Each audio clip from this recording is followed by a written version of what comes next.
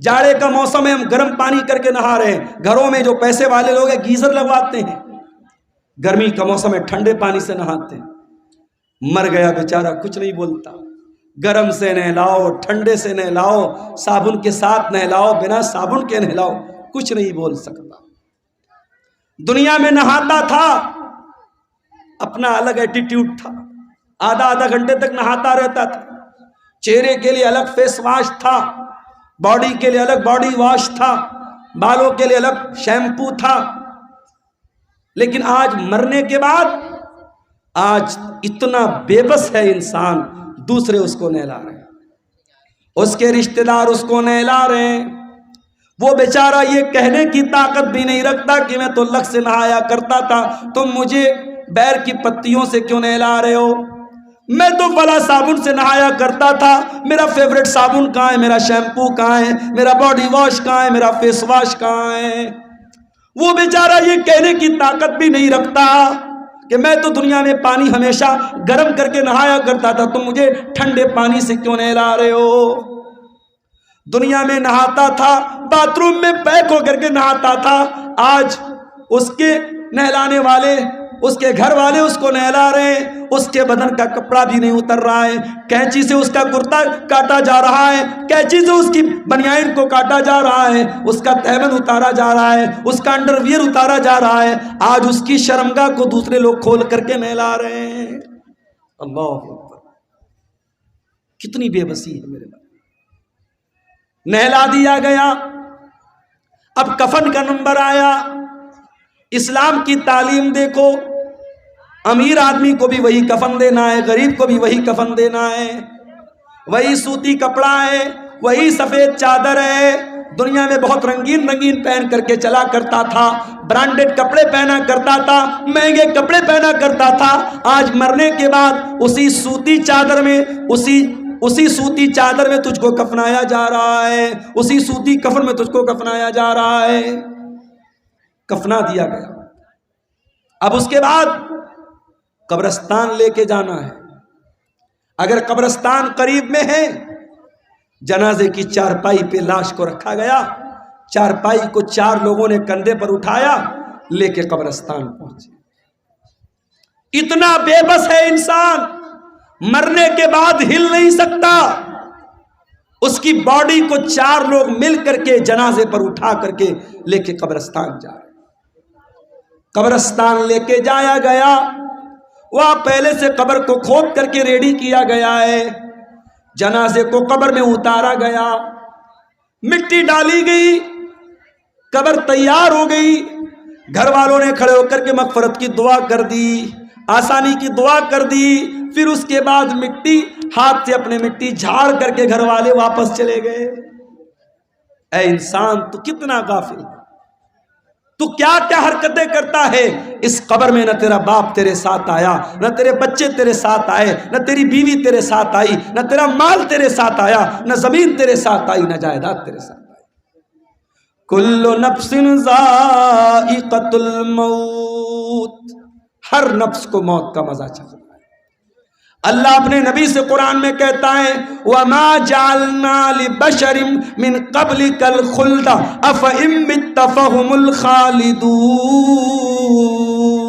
اے نبی، آپ سے پہلے جتنے انسان آئے ان کو بھی موت آئی اور آپ کو بھی موت آنے والی ہے، آپ کو بھی مرنا ہے۔ انک میت وانہم میتون، اے نبی آپ بھی مرنے والے ہیں اور یہ سب مرنے والے، سب کو موت آنے والی ہے۔ ہمارے نبی کو موت آئی کہ نہیں آئی؟ آئیے ذرا سا نبی کی وفات کا نقشہ آپ کے سامنے کھینچتے ہیں۔ نبی کا انتقال کب ہوا؟ ربیع الاول کے مہینے۔ عمر کتنی تھی؟ 63 برس۔ مہینہ کون سا؟ ربیع الاول۔ تاریخ کون سی؟ 12 تاریخ۔ دن کون سا؟ سوموار کا دن۔ تھوڑا اور پیچھے چلو، ربیع الاول کے پہلے جب رمضان کا مہینہ آیا، پیارے نبی کی عادت تھی رمضان میں ہر سال حضرت جبریل علیہ السلام آپ کے پاس آتے تھے اور آپ کو قرآن کا دور کراتے تھے، قرآن پڑھاتے تھے اور آپ ان کو قرآن سناتے تھے۔ آخری بار جب آپ کی زندگی کا آخری رمضان تھا، اللہ کے پیارے نبی نے جبریل کو 2 مرتبہ قرآن سنایا۔ اللہ کے نبی نے حضرت جبریل کو 2 مرتبہ قرآن سنایا۔ یہ اس بات کی علامت تھی کہ اب آخری رمضان ہے، اب اس کے بعد کوئی رمضان آنے والا نہیں ہے۔ کچھ دنوں کے بعد جب حج کا موسم آیا، اللہ کے پیارے نبی نے اپنے صحابہ سے کہا میں حج کے سفر پہ جا رہا ہوں، جس کو میرے ساتھ حج کرنا ہے وہ چل سکتا ہے۔ صحابہ اکرام اپنے نبی کے ساتھ حج کے سفر پہ نکلے۔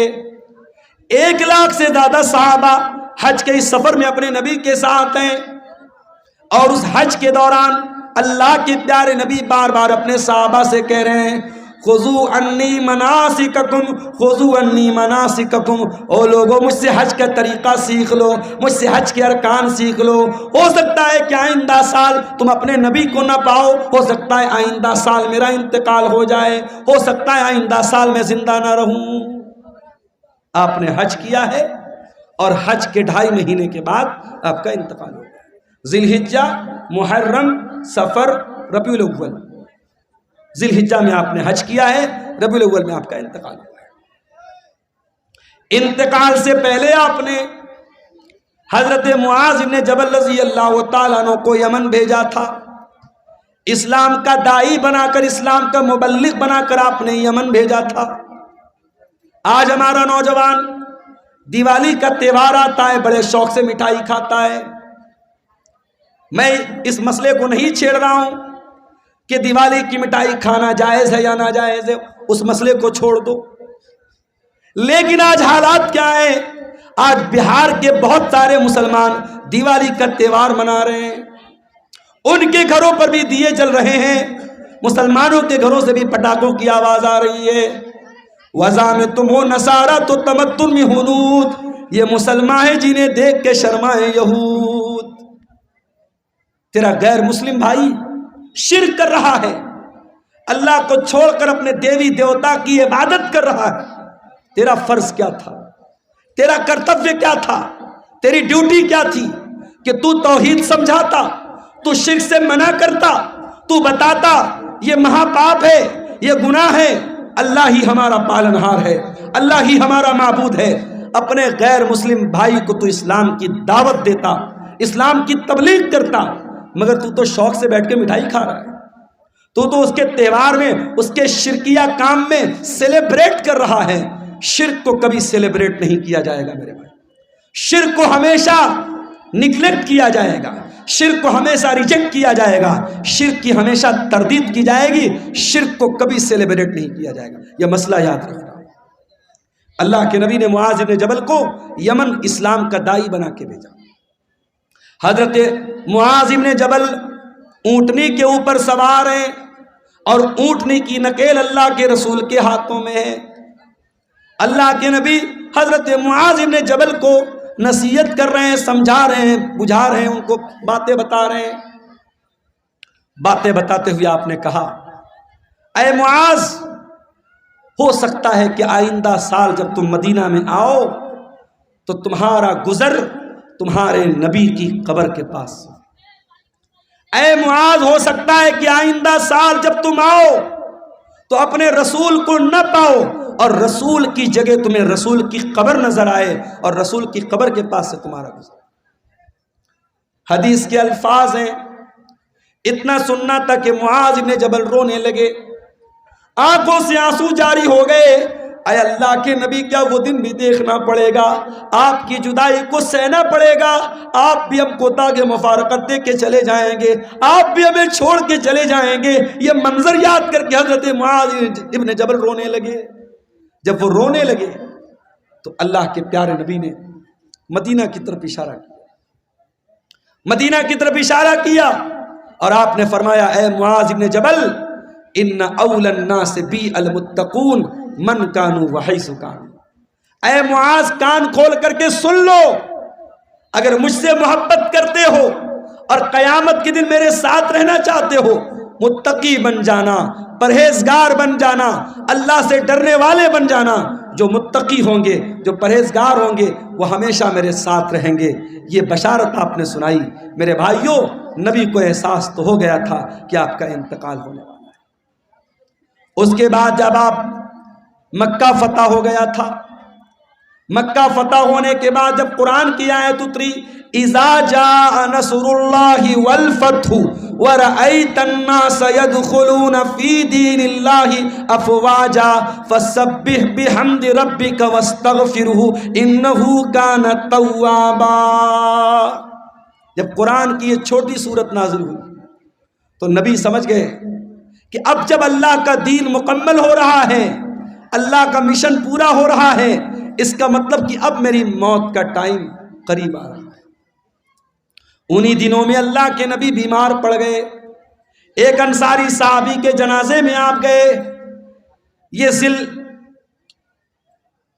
یہ سفر کی آخری تاریخوں میں سے کوئی تاریخ تھی، غالباً سفر کی 27 تاریخ تھی۔ آپ جنازے میں سے واپس آنے لگے، آپ کے سر میں بہت تیز درد ہونے لگا۔ آپ گھر آئے، آپ نے حضرت عائشہ سے کہا، عائشہ میرے سر میں بہت تیز درد ہو رہا ہے۔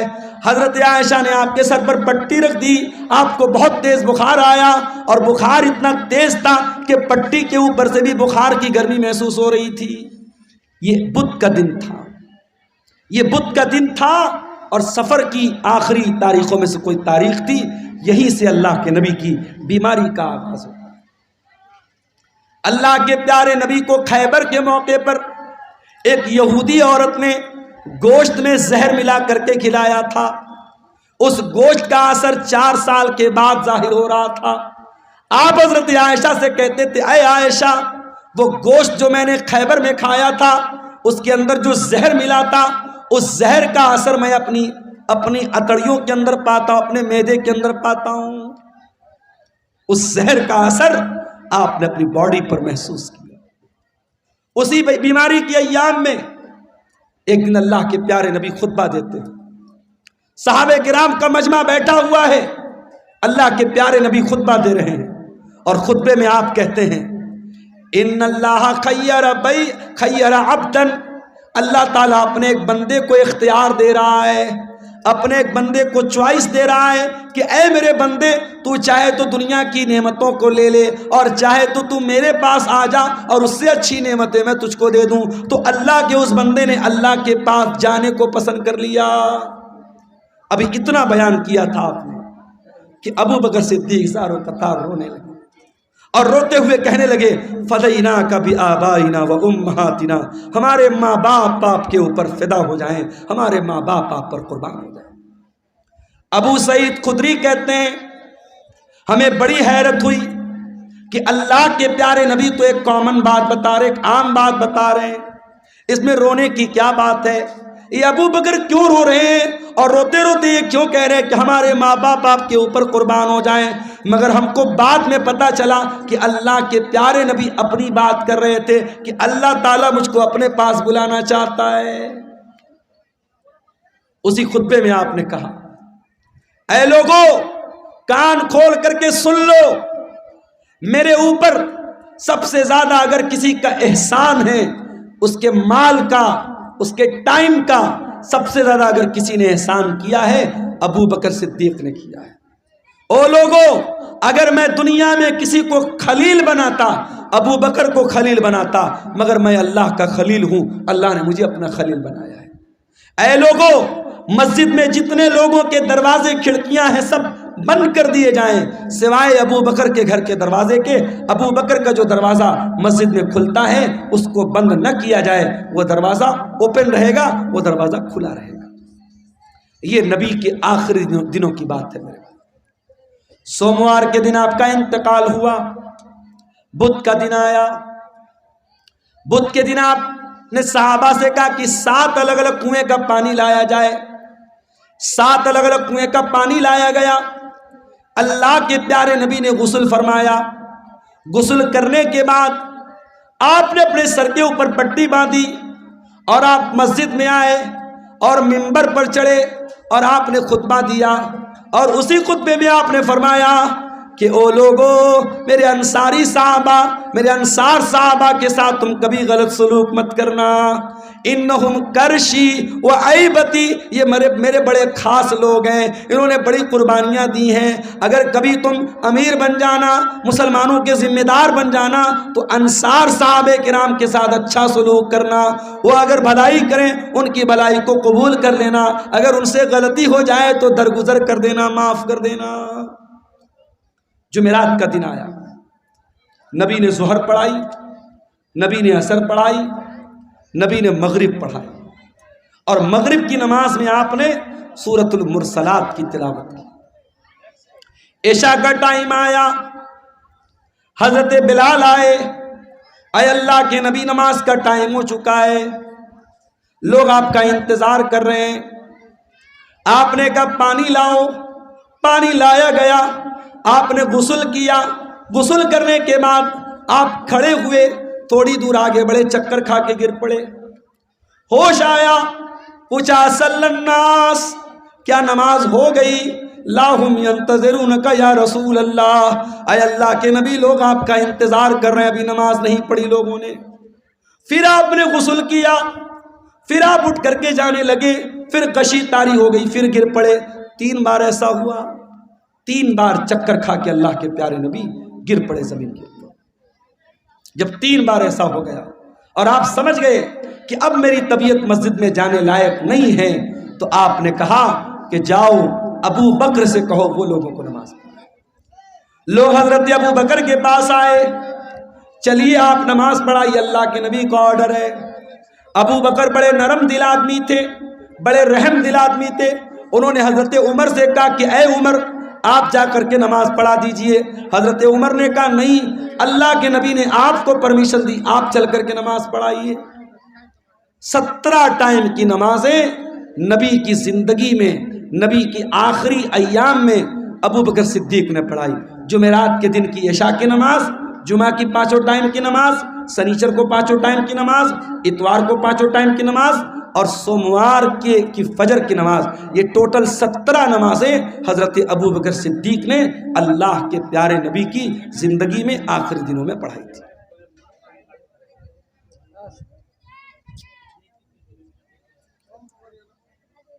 سنیچر کا دن آیا، نبی کی وفات کے 2 دن پہلے، سنیچر کا دن۔ نبی بہت بے چین ہیں، اتنے بے چین ہیں، کبھی چادر اوڑھ لیتے ہیں، کبھی چادر پھینک دیتے ہیں، بے چینی آپ کے اوپر طاری ہے۔ اس بے چینی کے عالم میں نبی نے فرمایا لعنت اللہ علی الیہود والنصارى، اللہ کی لعنت ہو یہودیوں کے اوپر اور عیسائیوں کے اوپر، اللہ کی لعنت و یہود و نصارہ کے اوپر۔ اتخذوا قبور انبیائہم مساجد، انہوں نے اپنے نبیوں کی قبروں کو مسجد بنا لیا، اپنے نبیوں کی قبروں پر جا کر کے سجدہ کرنے لگے۔ او لوگو تم میری قبر پر ایسا کچھ مت کرنا۔ نبی اپنے آخری ٹائم میں قبر پرستی سے منع کر رہے ہیں۔ جس نبی نے اپنی وفات سے 2 دن پہلے اپنی امت کو شرک سے روکا ہے اور قبر پرستی سے روکا ہے، آج سیمانچل کو چھوڑ دیجئے، سیمانچل الحمدللہ اس برائی سے بہت حد تک پاک ہے۔ آپ بہار کے اور علاقوں میں چلے جائیے، آپ جھارکھنڈ کے علاقوں میں چلے جائیے، آپ بارسوئی چلے جائیے، آپ کلکتہ چلے جائیے، آپ بہار کے سہرسام میں چلے جائیے۔ ایسے ایسے علاقے ہیں میرے بھائی جہاں ہر محلے میں کوئی مزار ہے، کوئی قبر ہے، جہاں سجدے ہو رہے ہیں، جہاں مرادیں مانگی جا رہی ہیں، جہاں بگڑی بننے کا دعویٰ کیا جا رہا ہے۔ نبی نے اپنی امت کو بت پرستی سے منع کیا تھا، آج نبی کے ماننے والے، نبی کے امتی جگہ جگہ قبروں کی پوجا کر رہے ہیں اور قبر کی عبادت کر رہے ہیں۔ اسی سنیچر کے دن اللہ کے پیارے نبی نے اپنے صحابہ سے کہا کہ کوئی قلم لے آؤ، کاغذ لے آؤ، میں کوئی تحریر لکھ کے دے دیتا ہوں تاکہ تم میرے بعد گمراہ مت ہو جانا۔ اب جب نبی نے یہ بات کہی کہ قلم لے آؤ، کاغذ لے آؤ، میں کچھ لکھ دیتا ہوں، تو اب صحابہ کرام میں آپس میں اختلاف ہو گیا۔ کچھ صحابہ نے کہا کہ نبی کی حالت بہت کمزور ہے، آپ کی سچویشن بہت کمزور ہے، بیمار ہیں آپ کو ابھی یہ تکلیف دینے کی ضرورت نہیں ہے، ہمارے پاس قرآن ہے، اللہ کے نبی کی حدیث ہے، وہ کافی ہے، ہمیں کسی اور تحریر کی ضرورت نہیں ہے۔ کچھ لوگوں نے کہا جب اللہ کے نبی خود کہہ رہے ہیں کہ قلم لے آؤ، کاغذ لے آؤ، میں لکھ دیتا ہوں تو لے آؤ۔ اس بات پر آپس میں جھگڑا ہونے لگا، بحث ہونے لگی، اور جب بحث ہونے لگی اللہ کے نبی نے کہا چلے جاؤ یہاں سے، نبی نے سب کو وہاں سے ہٹا دیا۔ اس کا مطلب یہ ہوا کہ اگر وہ بات اتنی امپورٹنٹ ہوتی، اتنی اہم ہوتی کہ اس کے بغیر مسلمانوں کا کام نہ چلتا تو نبی صحابہ سے یہ نہ کہتے کہ چلے جاؤ، نبی کہتے لے آؤ، میں ہر حال میں لکھ کے دے دیتا ہوں۔ نبی نے نہیں لکھوایا، اس کا مطلب کہ وہ بات پہلے سے آپ بتا چکے تھے، وہ بات کوئی اتنی امپورٹنٹ بات نہیں تھی۔ اتوار کا دن آیا، نبی کی وفات سے ایک دن پہلے کا دن، نبی نے اپنے سارے غلاموں کو آزاد کر دیا۔ نبی کے گھر میں جتنے ہتھیار تھے، تلوار تھی، ڈھال تھی، زرہ تھی، سب آپ نے مسلمانوں کے لیے وقف کر دیا۔ اتنا ہی نہیں، آپ کے گھر میں 7 دینار تھے، آپ نے ان کو بھی صدقہ خیرات کر دیا۔ اتوار کا دن گزارنے کے بعد جب رات آئی ہے اور چراغ جلانے کے لیے تیل کی ضرورت پڑی ہے تو اماں عائشہ کہتی ہے میرے پاس تیل نہیں تھا، مجھے پڑوسی سے مانگنا پڑا، تب جا کر محمد رسول اللہ کے گھر میں چراغ جلا ہے، روشنی ہوئی۔ اللہ میری پیاری ماں اور بہنوں، آج آپ کا چپل آپ کی پسند کا نہ آئے، آپ کا کپڑا آپ کی پسند کا نہ آئے، آپ کی پسند کی جویلری آپ کا شوہر نہ لائے تو میاں بیوی میں جھگڑا ہو جاتا ہے۔ بیوی کہہ دیتی ہے ارے جائیے، آپ کے ساتھ تو شادی کر کے میں پھنس گئی، شادی کر کے پھنس گئی آپ کے ساتھ، آپ تو کبھی میری پسند کا سامان نہیں لاتے ہیں۔ آج شوہر اپنا دل اور کلیجہ نکال کے رکھ دے تب بھی بیوی خوش نہیں ہونے والی۔ وہ ایک لطیفہ ہے نا کہ ایک مولوی صاحب تھے، بہت اچھی تقریر کرتے تھے، بہت پبلک ان کی بڑی عزت کرتی تھی، بڑا لوگ احترام کرتے تھے، اور گھر میں جو ان کی گھر والی تھی وہ ان کی عزت ہی نہیں کرتی تھی، ان کو مانتی نہیں تھی۔ تو ایک دن ان کی گھر والی نے کہا ارے سنتے ہو، رات میں نے خواب دیکھا ایک بزرگ ہوا میں اڑ رہے ہیں، ایک بزرگ کو دیکھا میں نے کہ ہوا میں اڑ رہے ہیں، میں تو دیکھ کے بڑی اچنبھت ہو گئی، حیران ہو گئی۔ تو مولوی صاحب نے کہا کہ ارے پاگل، وہ بزرگ میں تھا جس کو تم نے ہوا میں اڑتے ہوئے دیکھا تھا۔ کہا اچھا آپ تھے، اسی لیے تھوڑا ٹیڑھا ٹیڑھا اڑ رہے تھے، سیدھا نہیں اڑ رہے تھے۔ تو بیوی کبھی شوہر کی تعریف کرنے کو تیار نہیں ہوتی ہے، یہ مزاج ہوتا ہے میرے بھائیوں بیویوں کا۔ لیکن آپ دیکھیے نبی کی بیویوں نے کیسی زندگی گزاری۔ نبی نے اپنی بیویوں کو کوئی لگژری لائف نہیں دی، کوئی شاندار گھر نہیں ہے، کوئی شاندار کپڑا نہیں ہے، کوئی شاندار فرنیچر نہیں ہے۔ نبی کی حیات کا آخری دن ہے اور نبی کے گھر میں جو چراغ جل رہا ہے، چراغ کی بتی کا تیل بھی ادھار مانگ کے لایا گیا ہے۔ سوموار کا دن آتا ہے، نبی اکرم کی زندگی کا آخری دن ہے۔ اللہ کے پیارے نبی فجر کی نماز کا ٹائم ہوتا ہے، بستر سے اٹھتے ہیں، اپنے کمرے کے دروازے پر آتے ہیں، پردہ ہٹاتے ہیں، سامنے صحابہ کرام نماز پڑھ رہے ہیں، ابو بکر صدیق نماز پڑھا رہے ہیں اور صحابہ کرام نماز پڑھ رہے ہیں۔ یہ منظر دیکھ کر کے اللہ کے نبی بہت خوش ہوتے ہیں اور آپ کے چہرے پر مسکراہٹ آ جاتی ہے۔ آپ جب مسکرانے لگتے ہیں تو صحابہ کرام نماز کی حالت میں اپنے نبی کی مسکراہٹ کو محسوس کر لیتے ہیں۔ صحابہ کرام سمجھ جاتے ہیں کہ اللہ کے نبی اپنے کمرے کے دروازے پر آئے ہیں۔ صحابہ کرام تالی بجانے لگتے ہیں، لقمہ دینے لگتے ہیں حضرت ابو بکر صدیق کو کہ جلدی سے پیچھے چلے آؤ، اللہ کے نبی آ چکے ہیں۔ لیکن جب اللہ کے نبی نے محسوس کیا کہ صحابہ کرام چاہتے کہ میں امامت کراؤں تو آپ نے اشارہ کیا کہ نماز پوری کرو، اور اس کے بعد آپ نے پردہ گرا دیا۔ یہ آخری نظر تھی، صحابہ کہتے ہیں آخری دیدار تھا جو ہم نے اپنے نبی کا کیا تھا۔ فجر کا ٹائم ختم ہوا، چاشت کا ٹائم شروع ہوا، سورج آسمان کی طرف بلند ہونے لگا۔ جیسے جیسے سورج بلند ہو رہا ہے چاشت کا ٹائم ہو رہا ہے، محمد رسول اللہ کی تکلیف بڑھ رہی ہے میرے بھائی۔ آپ نے اپنی بیٹی حضرت فاطمہ کو بلوایا، حضرت فاطمہ نے آ کر کے اپنے باپ کو تکلیف میں دیکھا، فرمایا واہ کربا ابتا، ہائے میرے ابا جان کی تکلیف۔ آپ نے فرمایا لیس علی ابی کی کربن بعد اليوم، اے میری بیٹی فاطمہ آج کے بعد تیرے باپ کے اوپر کوئی تکلیف آنے والی نہیں ہے، آج تیرے باپ کی زندگی کا آخری دن ہے۔ احساس ہو گیا تھا کہ آج آخری دن ہے۔ پھر آپ نے حضرت فاطمہ کے کان میں کہا اے فاطمہ میں بہت جلد دنیا سے جانے والا ہوں، میں چھوڑ کر کے تم کو دنیا سے جانے والا ہوں، تیرا باپ تجھ سے جدا ہونے والا ہے۔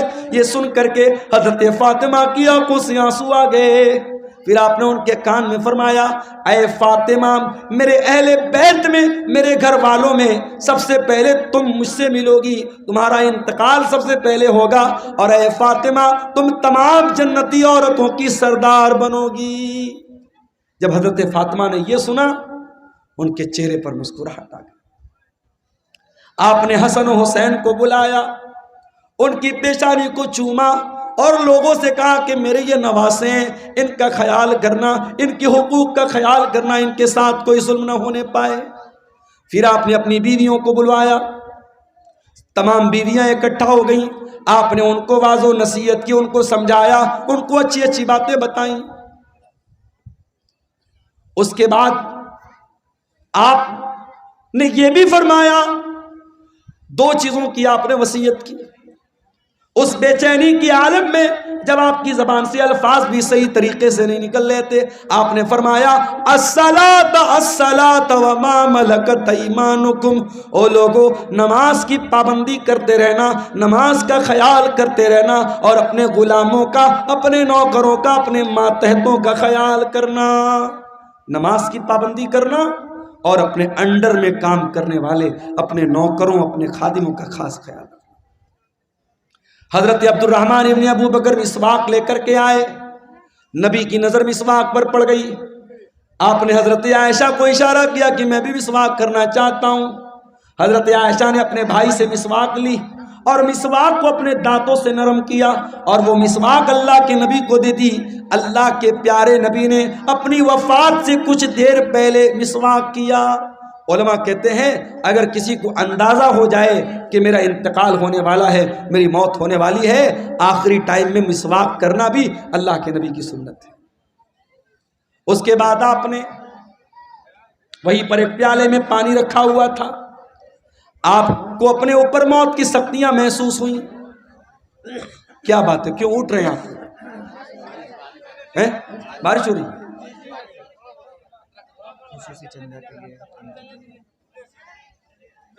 میرے بھائیوں، علاقہ اتنا پچھڑا ہوا ہے، مجھے یاد ہے جب قاری صاحب نے مجھ کو بلایا تھا اور میں جہاں ٹھہرا ہوا تھا، رات بھر مچھروں نے میرا جینا حرام کر دیا تھا، کیڑوں نے، مچھروں نے۔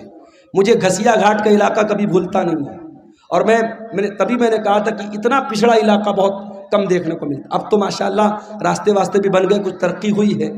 اس علاقے میں یہ قاری عبدالباسط صاحب نے یہ ادارہ کھولا ہے، اور آپ جانتے ہیں یہ جلسہ ادارے کے چندے کے لیے جلسہ ہو رہا ہے۔ یہ بار بار بتانے کی ضرورت نہیں ہے، میں بنگالی علماء کی طرح چندہ کرنے والا مقرر نہیں ہوں، لیکن میں آپ سے گزارش کرتا ہوں یہ جلسے والوں کی محنت پر پانی مت پھیریے۔ بارش ہو رہی ہے، ہلکی پھلکی بارش ہو رہی ہے، اگر ہو بھی رہی تھوڑا بہت بھیگ بھی گئے تو مسئلہ نہیں ہے، لیکن آپ اس ادارے کے اوپر پیسوں کی بارش ضرور کر کے جائیے گا، اور جو بھی چندہ 100، 200، 1000، لاکھ، 2 لاکھ جو بھی آپ دے کے جا سکتے ہیں ادارے کا تعاون کر کے جائیے گا۔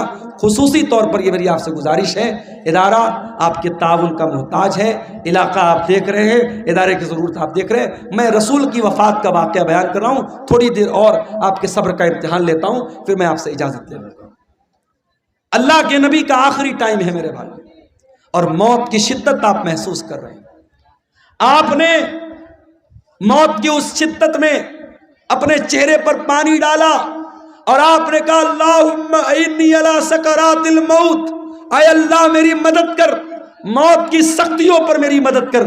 حضرت عائشہ کہتی ہیں کہ نبی کے اوپر جب میں نے موت کی سختی کو دیکھ لیا اس وقت تک میں موت کی سختی کو برا سمجھتی تھی، مگر جب اپنے نبی کے اوپر میں نے موت کی سختی کو دیکھا تو میں سمجھ گئی کہ موت کی سختی برحق ہے اور موت کی سختی کسی کے اوپر بھی آ سکتی ہے۔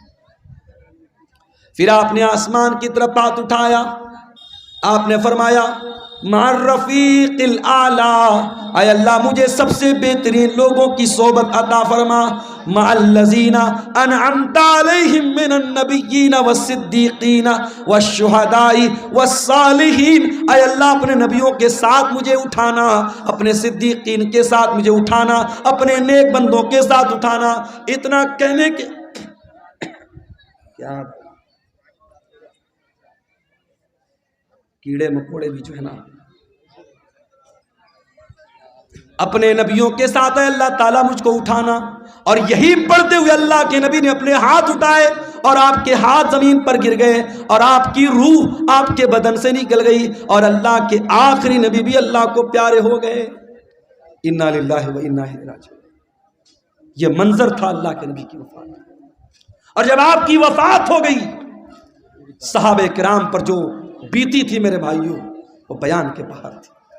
حضرت فاطمہ نے کہا یا ابتا من جنت الفردوس ماوا یا ابتا الی جبریل ننا، اے میرے ابا جان ہم آپ کی موت کی خبر جبریل امین کو دے رہے ہیں، اے ابا جان آپ کا ٹھکانہ جنت الفردوس ہے، یا بتا اجاب ربن دعا، اے ابا جان آپ نے اپنے رب کی دعوت کو قبول کر لیا، اپنے رب کے پاس چلے گئے۔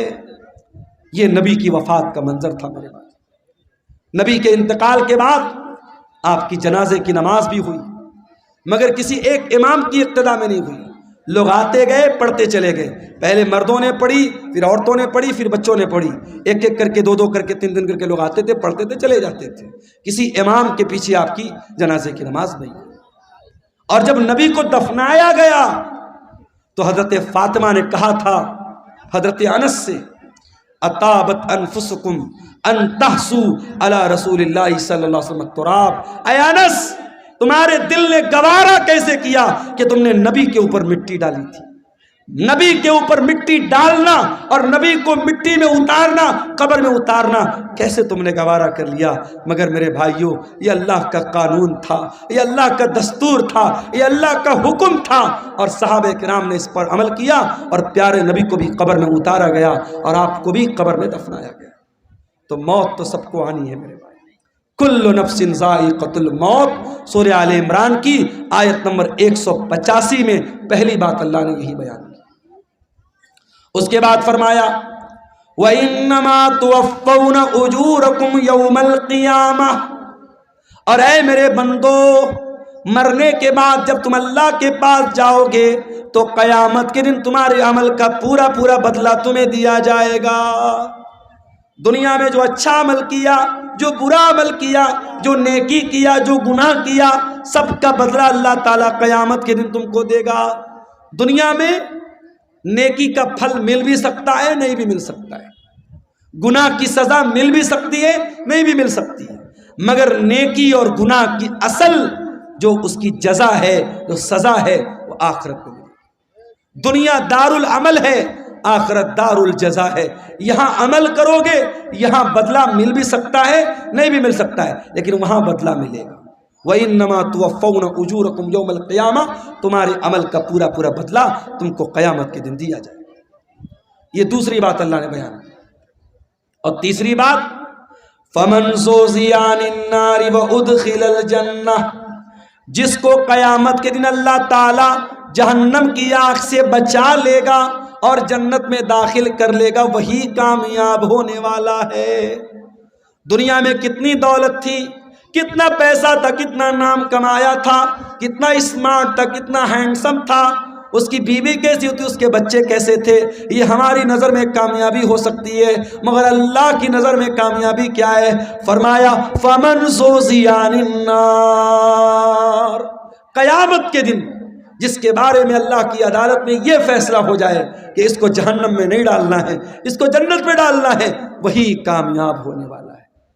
میرے بھائی دنیا میں کوئی IAS کا ایگزام پاس کر لے، کوئی IPS کا ایگزام پاس کر لے، کوئی پولیس کی بھرتی کا ایگزام پاس کر لے، کوئی ٹیچنگ کے ایگزام میں پاس ہو جائے، اخبار میں نام آتا ہے، گھر والے مٹھائی بانٹتے ہیں، میرے بیٹے نے نیٹ پاس کر لیا، میرا بیٹا IAS کے ایگزام میں پاس ہو گیا، میری بیٹی نے میڈیکل کا ایگزام پاس کر لیا۔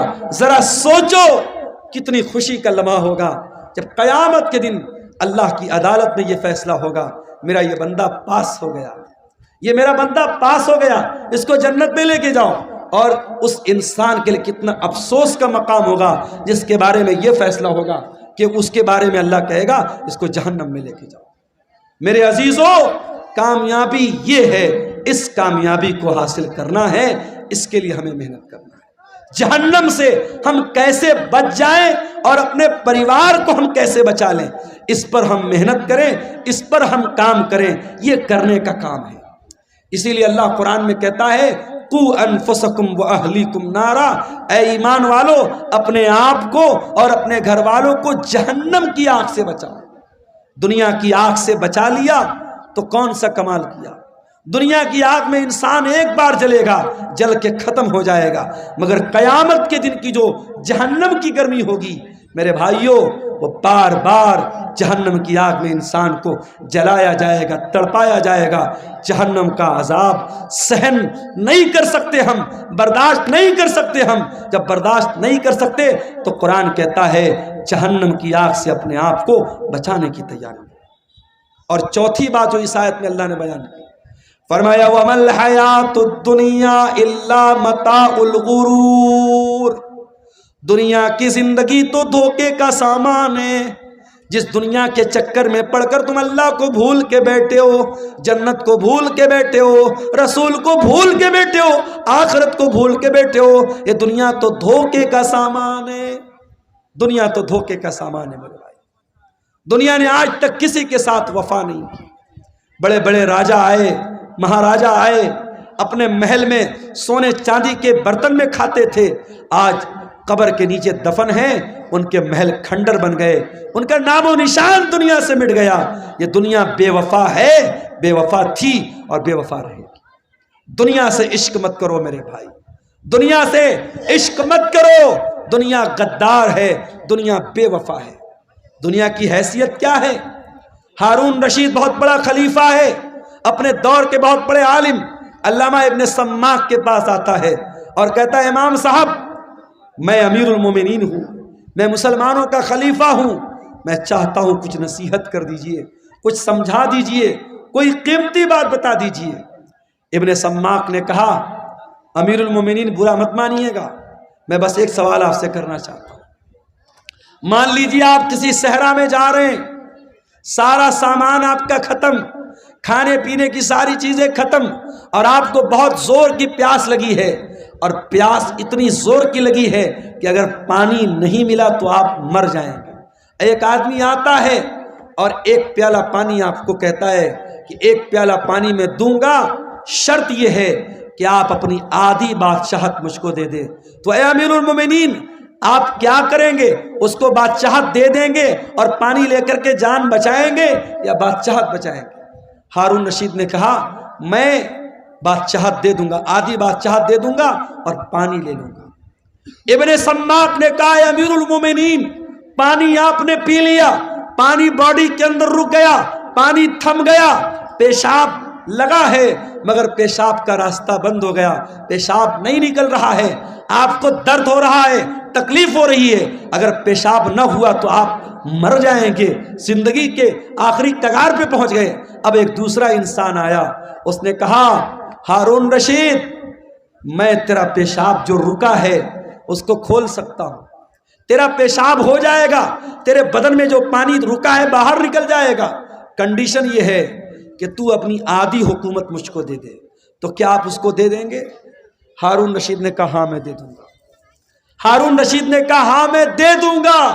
ابن سماک نے کہا امیر المومنین بس یہی پیغام ہے، اس بادشاہت پہ غرور مت کیجیے گا، اس سلطنت پر دھوکہ مت کھائیے گا، اس سلطنت کی اوقات ایک پیالہ پانی اور پیشاب کے چند قطرے ہیں، اس سے زیادہ اس حکومت کی حیثیت نہیں ہے، اس بادشاہت کی حیثیت نہیں ہے۔ میرے عزیزو آج بہت سارے لوگ ہمارے بیچ میں ہیں کل نہیں ہوں گے۔ آج اپنے پیسے پر آپ کو غرور ہے تو کان کھول کے سن لو، آپ سے زیادہ پیسہ قارون کے پاس تھا۔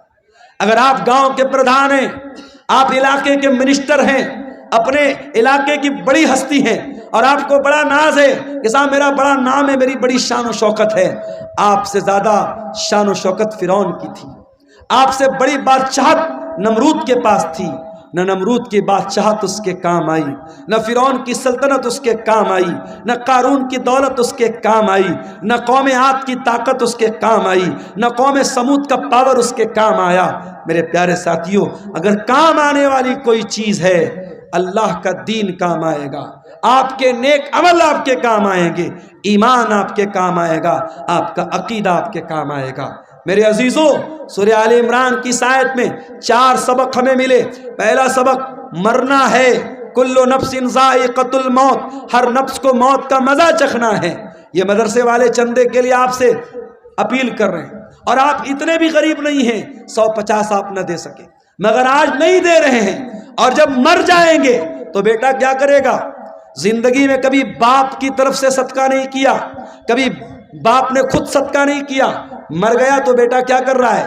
باپ کی طرف سے مدرسہ بنوا رہا ہے، باپ کی طرف سے ٹیوب ویل لگوا رہا ہے، ماں کی طرف سے مسجد میں قرآن دے رہا ہے۔ ارے زندگی میں ماں باپ کی قدر کرو، اور زندگی میں صدقہ خیرات کیا کرو۔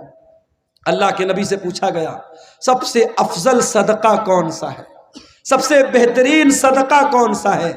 آپ نے فرمایا ان تصدق وانت صحیح شحیح تخشى الفقر وتأمل الغنى، سب سے بہترین صدقہ یہ ہے، تندرستی کی حالت ہے، مال کی محبت ہے، پیسہ بہت ہے، مال کی محبت ہے، تندرستی ہے، اور ڈر ہے کہ پیسہ ختم نہ ہو جائے، اور پیسہ آنے کی امید ہے۔ ایسی سچویشن میں جو صدقہ کیا جائے وہ سب سے بہترین صدقہ ہے۔ میرے عزیزوں، صدقہ خیرات کرنے کے لیے، نیکی کے کام میں حصہ لینے کے لیے موت کا انتظار مت کرو۔ موت آئے گی اور پل بھر میں آپ کا فیصلہ کر دے گی، موت آپ کا کام تمام کر دے گی۔ اس لیے میرے عزیزوں، قرآن کیا کہہ رہا ہے؟ یا ایھا الذین آمنوا لا تلہکم اموالکم ولا اولادکم عن ذکر اللہ، اے ایمان والو، تمہارا مال اور تمہاری اولاد تم کو اللہ کے ذکر سے غافل نہ کر دے۔ مال کے چکر میں کہیں اللہ کو بھول نہ جانا، اولاد کے چکر میں کہیں اللہ کو بھول نہ جانا۔ وَمَن يَفْعَلْ ذَلِكَ فَأُولَئِكَ هُمُ الْخَاسِرُونَ، اور جو ایسا کرے گا وہ بہت نقصان اٹھائے گا۔ وَأَنفِقُوا مِمَّا رَزَقْنَاكُمْ مِن قَبْلِ أَن يَأْتِيَ أَحَدَكُمُ الْمَوْتُ، اور اے ایمان والو، ہم نے جو روزی دی ہے اس میں سے خرچ کرو اس کے پہلے کہ موت آ جائے۔ فَيَقُولَ رَبِّ لَوْلَا أَخَّرْتَنِي إِلَىٰ أَجَلٍ قَرِيبٍ فَأَصَّدَّقَ وَأَكُن مِّنَ الصَّالِحِينَ، کہیں ایسا نہ ہو کہ موت کے آنے کے بعد تم کہو کہ اے اللہ 1 گھنٹے کا ٹائم اور دے دے، 1 منٹ کا ٹائم اور دے دے، میں تیری راہ میں صدقہ کرنا چاہتا ہوں، میں نیک بننا چاہتا ہوں۔ وَلَن يُؤَخِّرَ اللَّهُ نَفْسًا إِذَا جَاءَ أَجَلُهَا، لیکن اللہ کا قانون یہ ہے، موت آ گئی تو 1 سیکنڈ پہلے نہیں مر سکتے، 1 سیکنڈ بعد میں نہیں مر سکتے۔ مجھے بہت اچھی طریقے سے یاد ہے 10 اکتوبر 2020 کی وہ شام، 10 اکتوبر 2020 کی وہ رات جب میری ماں کا انتقال ہوا تھا، اور میں بنارس کے اپنے گھر کے بہت قریب کے ہاسپٹل میں ماں کو لے کے جا رہا تھا۔ ہارٹ اٹیک آیا تھا، شوگر کی پیشنٹ تھی وہ، اور بائک پر بٹھا کر پیچھے میرا چھوٹا بھائی بیٹھا تھا، اور ہاسپٹل کے کیمپس کے اندر جیسے ہی ہم داخل ہوئے تھے، ماں کا جسم بے جان ہو کے بائک سے نیچے گرا تھا، اور جب ہم لوگوں نے سارے بھائی وہاں پہنچ چکے تھے، اور جب ماں کو اٹھا کر کے ہم لوگ ICU میں لے کے جا رہے تھے، تو نیچرل بات ہوتی ہے، مرنے کے بعد انسان کی باڈی کا وزن بڑھ جاتا ہے۔ وزن سے اندازہ لگ گیا کہ اب روح نکل چکی ہے، اب موت آ چکی ہے۔ ہمارے پاس کرنے کو باتیں بہت تھی، ہم لوگ کہہ سکتے تھے 5 منٹ پہلے لائے ہوتے، ڈاکٹر نے دیکھا ہوتا، یہ ہوا ہوتا، وہ ہوا ہوتا۔ یہ سب بہانے اپنی جگہ، قرآن کی یہ آیت اپنی جگہ۔ وَلَن يُؤَخِّرَ اللَّهُ نَفْسًا إِذَا جَاءَ أَجَلُهَا، موت تو اپنے وقت پر آتی ہے میرے بھائی۔ اس لیے اپنے نوجوان ساتھیوں سے بھی کہنا چاہتا ہوں، سیمانچل کے جلسوں میں میں کہیں کہیں بڑی بے حیائی بھی دیکھتا ہوں، سڑکوں پر لڑکے لڑکیوں کا جمگھٹ بھی دیکھتا ہوں، بڑا ایسا ماحول میں دیکھتا ہوں، پورے انڈیا میں وہ ماحول کہیں نظر نہیں آتا۔ میرے بھائیوں، یہ جلسے، یہ پروگرام ٹھیک ہے، ادارے والوں کے اپنے مسائل ہیں، مدرسوں کی اپنی مجبوری ہے، جلسہ کرانے بغیر ان کو چندہ نہیں ملے گا۔ جلسہ آپ کرائیے، شوق سے کرائیے اور تقریر آپ کرائیے، مگر میں گھسیا گھاٹ کے مدرسے کے ذمہ داروں سے بھی کہنا چاہوں گا، اور ویڈیو بن رہا ہے، سیمانچل کے تمام مدرسوں کے ذمہ داروں سے کہنا چاہوں گا کہ اب بہت دیر ہو چکی ہے، اب اپنے جلسوں کو تھوڑا سا کنٹرول کر لو، عورتوں کا انتظام رکھو، لیکن سختی سے منع کر دو، کوئی میلہ ٹھیلا نہیں لگے گا، کوئی عورتوں کے سامان کی دکان نہیں لگے گی، کوئی سڑک اور چوراہے پر مردوں اور عورتوں کا جمگھٹ نہیں لگے گا، اور اگر نہیں کر سکتے تو پھر جلسے بند کر دو میرے بھائی، جلسے بند کر دو۔ یہ میلے کے نام پر اگر مردوں عورتوں کا جمگھٹ ہوتا ہے تو اتنا بڑا گناہ نہیں ہے، اتنا بڑا گناہ نہیں ہے جتنا بڑا گناہ بڑے بڑے بینر لگا کے، بڑے بڑے فاٹک لگا کے، بڑے بڑے علماء کی تقریر کرا کے، اور سڑکوں پر مردوں عورتوں کا جب ہم جمگھٹ دیکھتے ہیں، جوان جوان لڑکیاں جا رہی ہیں اور جوان لڑکے ان کو دیکھ کر آوازیں کس رہے ہیں، اشارے بازی کر رہے ہیں، نین مٹکا ہو رہا ہے، یہ منظر دیکھ کر واللہ دل کو تکلیف ہوتی ہے۔ اور میں یہ سوچتا ہوں 2009 سے میں سیمانچل میں آ رہا ہوں، 15 سال ہو گئے، ہر سال آ رہا ہوں، تقریریں کر رہا ہوں، لیکن حالات جس کے تس ہے بلکہ اور برے ہو رہے ہیں۔ حالات کب سدھریں گے میرے بھائی؟ ہم کب جاگیں گے؟ کب ہوش میں آئیں گے؟ کب ہم چیتیں گے؟ کب اپنے عمل کو ہم سدھاریں گے؟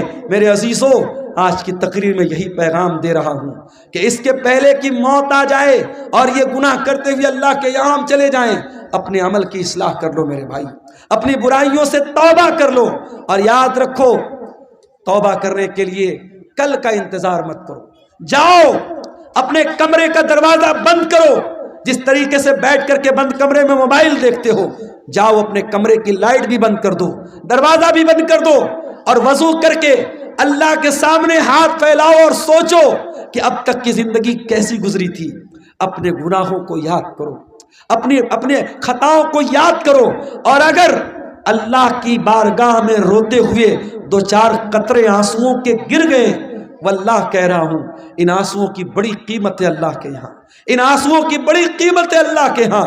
اللہ کے پیارے نبی فرماتے ہیں اللہ کو 2 چیزیں بہت زیادہ پسند ہیں، من قطرتین، 2 قطرے اللہ کو بہت پسند ہیں، قطرۃ دموع من خشیت اللہ، ایک اللہ کے خوف سے بہنے والا آنسو کا قطرہ، قطرۃ دم تحراق فی سبیل اللہ، اور ایک خون کا قطرہ جو اللہ کی راہ میں بہتا ہے۔ میرے عزیزو، توبہ کر لو، جوانی میں توبہ کر لو، اپنی طاقت کے دور میں توبہ کر لو، کل بڑھاپے میں توبہ کرنے کا کوئی مطلب نہیں ہوگا۔ در جوانی توبہ کردن شیوے پیغمبری، وقت پیری گرگ ظالم می شوت پرہیزگار۔ جوانی میں توبہ کرو، یہ نبیوں کا طریقہ ہے، بڑھاپے میں تو بھیڑیا بھی شریف بن جاتا ہے، جب منہ میں دانت نہیں، پیٹ میں آنت نہیں، شریف بن گئے تو کون سا کمال کیا۔ یہ رات کا ٹائم ہے میرے بھائی، یہ بڑا سہانا وقت ہے، بڑی برکت والا وقت ہے۔ اس وقت ہم اللہ تعالیٰ سے اگر توبہ کریں گے، اللہ سے رجوع کریں گے، مجھے یقین ہے اللہ ضرور ہماری توبہ کو قبول کرے گا۔ اور جب سچی توبہ کر لو تو اب تک جو گناہ کا کام کرتے تھے اس گناہ سے باز آ جاؤ، اس گناہ کو چھوڑ دو۔ اگر موبائل کا غلط استعمال کرتے تھے یہی سے توبہ کر لو، نہیں کریں گے۔ اگر زنا کاری اور بدکاری میں ملوث تھے، اگر اغلام بازی میں ملوث تھے، اگر حرام کا کوئی کاروبار کرتے تھے، اگر آج میں بھی آ رہا تھا راستے میں، ہماری کار کے ڈرائیور نے کہا، راستے میں کئی جگہ غیر مسلموں کی بستی گزری، ڈرائیور نے کہا مولانا صاحب ایک بات بولوں آپ کو؟ میں نے کہا بتاؤ۔ کہنے لگا کہ بہار میں اور خاص طور سے ہمارے اس علاقے میں آج کے دن ہمارے بہت سارے غیر مسلم بہت جوا کھیلتے ہیں، اور ان کا یہ ماننا ہے، غیر مسلم بھائیوں کا یہ ماننا ہے کہ دیوالی کی رات جو جوا کھیلے گا اور جیت جائے گا وہ سال بھر ہمیشہ جیتے گا، وہ کبھی ہارے گا نہیں۔ یہ مانتا ہے ان کی۔ اور ایک دن پہلے بھی دھن تیرس کا تہوار تھا، آپ نے دیکھا ہوگا مارکیٹ میں بڑی بھیڑ لگی تھی، بڑی بھیڑ لگی تھی۔ دھن تیرس والے دن ہمارے غیر مسلم بھائیوں کا یہ ماننا ہے کہ کچھ نہ کچھ سامان ان کو خریدنا ہے، چاہے جھاڑو ہی خریدیں گے مگر خریدیں گے، اور آج ابھی ہم لوگ چائے پینے کے لیے راستے میں رکے تو ایک صاحب نے بتایا کہ دکاندار فون پے نہیں لے رہا، وہ کیش چاہیے اس کو، اس نے کہا ہم فون پے سے پیمنٹ نہیں لیں گے، آج کے دن ہم کیش لیتے ہیں، ہم فون پے نہیں لیتے ہیں۔ تو یہ ہمارے غیر مسلم بھائیوں کے ہاں آستھا کے نام پہ بہت ساری چیزیں اندھ وشواس ہیں جو دھیرے دھیرے ہمارے یہاں بھی آ رہا ہے۔ میرے بھائیوں، اندھ وشواس سے بچو، اور جوا کھیلنا ہمیشہ حرام ہے اسلام میں۔ غیر مسلم بھائیوں کے ایک تہوار پہ کھیل رہے ہیں، مگر ہمارے مذہب میں کسی تہوار پہ کھیلنا یا کسی تہوار پہ شراب پینا جائز نہیں ہے۔ شراب سال کے 360 دن حرام ہے، جوا سال کے 360 دن حرام ہے۔ تو سورہ آل عمران کی اس آیت کی روشنی میں چند باتیں میں نے رکھی ہیں، اور میں اپنے آپ کو بڑا خوش نصیب سمجھتا ہوں کہ قاری عبدالباسط صاحب، بڑی میٹھی آواز تھی ان کی، بڑی محبت سے بولتے تھے۔ آج ان کے بچوں نے الحمدللہ اپنے باپ کی وراثت کو سنبھالا ہے، مدرسے کو چلا رہے ہیں۔ ہماری ذمہ داری بنتی ہے، علاقے کا پرانا ادارہ ہے، اور ایک بزرگ نے اس کو زندگی بھر سینچا ہے، آج وہ ہمارے بیچ میں نہیں ہے، ان کے بچے چلا رہے ہیں۔ ہم اس ادارے کو اس کا تعاون کریں، اللہ تعالی ہم سب کو اس کی توفیق عطا فرمائے۔ ہمارے یوٹیوبر بھائی جو یہاں آئے ہوئے ہیں، ہر جگہ یہ بھیڑ کے چھتا کی طرح مائک کو گھیرے رہتے ہیں، آپ حضرات سے بھی خصوصی گزارش ہے، ادارے کا تعاون کر کے خصوصی آپ جائیں، جو بھی آپ سے ہو سکے ضرور آپ اس ادارے کے اس کار خیر میں حصہ لے کر کے جائیں۔ اور میں پہلے بھی کہتا ہوں، آج بھی کہتا ہوں کہ آپ تقریروں کو یوٹیوب پر اپلوڈ کریں تو کسی قسم کے فضول اور فالتو تھمبنیل سے پرہیز کریں۔